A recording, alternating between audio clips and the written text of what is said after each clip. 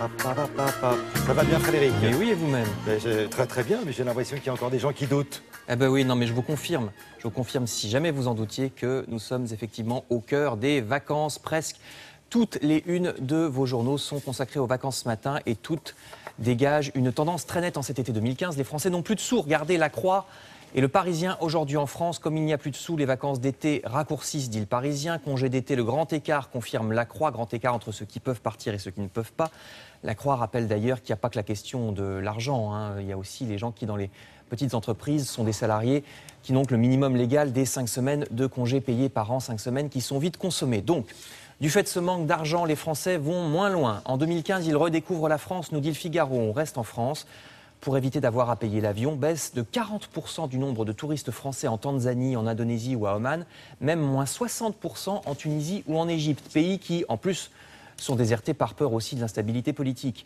L'époque où on achetait au dernier moment un pack de vacances à l'étranger est bien terminée. Les pays arabes sont désertés, dit le journal.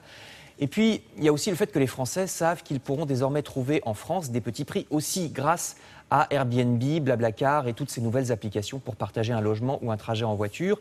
Les particuliers concurrencent les pros du tourisme, dit Le Figaro. Les locations par Airbnb ont doublé cette année par rapport à 2014 et ce sont pour moitié des Français qui loue via ce site internet l'appartement d'un autre pour les vacances, voire son camping-car, ça existe. On peut même louer le jardin de quelqu'un pour faire un camping, peut-être pas avec tout le confort, mais ça existe aussi.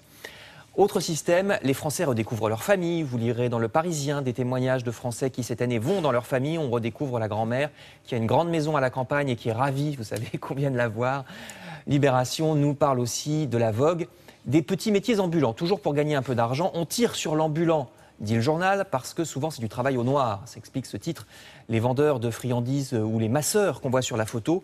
Libération rappelle que tout ça est à vos risques et périls, notamment les massages, parce qu'il n'y a aucune garantie de professionnalisme, ces métiers échappant à tout contrôle.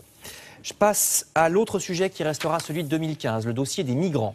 Impressionnante photo, regardez dans Libération toujours, à la Cité de la Mode, dans le 13e arrondissement de Paris. C'est une photo qui montre le télescopage de deux mondes. Tout en bas, en dessous de l'escalier, c'est un sol couvert de tentes. Il s'agit d'un camp de migrants.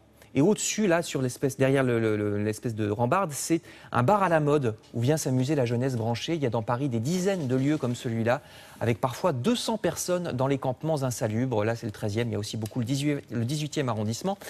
Et un homme politique, ce matin, jette un pavé dans la mare à ce propos. Xavier Bertrand estime que les Anglais ne s'impliquent pas assez dans ce problème, notamment autour de Calais. L'Angleterre, dit-il, laisse perdurer chez elle tout un secteur de travail au noir, quasiment officialisé, et c'est pour y travailler que les migrants veulent tous passer en Angleterre, dit-il.